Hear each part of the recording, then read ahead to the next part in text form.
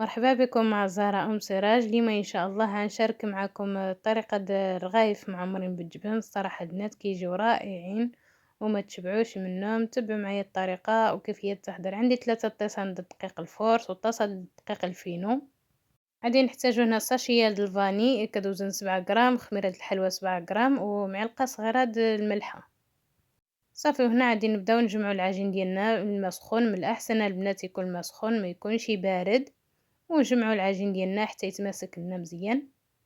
الصراحه البنات كيجو رائعين هاد الرغيفات معمرين بالجبن، تقدروا نعمرهم باي حاجه بغيتو نتوما، داكشي كيبقى اختياري. صافي، هنا من بعد ما عجنت العجين هانتوما كتشوفوا القوام ديالها كيفاش كيجي.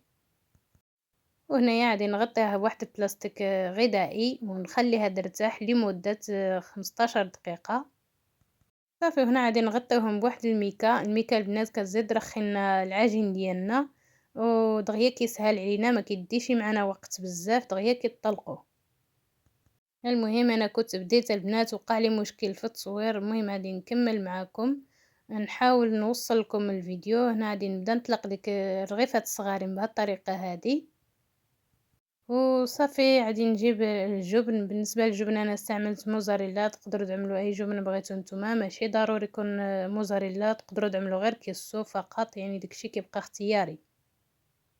وكيجيو لذاذين البنات وكيطيبوا في دفعه واحده وما كيديوش معنا الوقت بزاف. وهنا من بعد ما طلقتهم خليتهم يرتاحوا 5 دقائق. من بعد ما ارتاحوا غادي نبدا نسرحهم فوق سطح العمل بهذه الطريقه هذه، ونبداو نعملهم يطيبوا على نار. صافي، وهنا كنبدا نطيب دفعه واحده البنات. هنا عندي مقله كبيره كدوز لي من 4 حتى ل5 الرغيفات الا كانوا صغارين. الصراحه البنات دغيا كيوجدوا، خصوصا اذا كانت عندكم المقله كبيره، يعني كطيبوا بدفعه واحده ما كيديوش الوقت بزاف.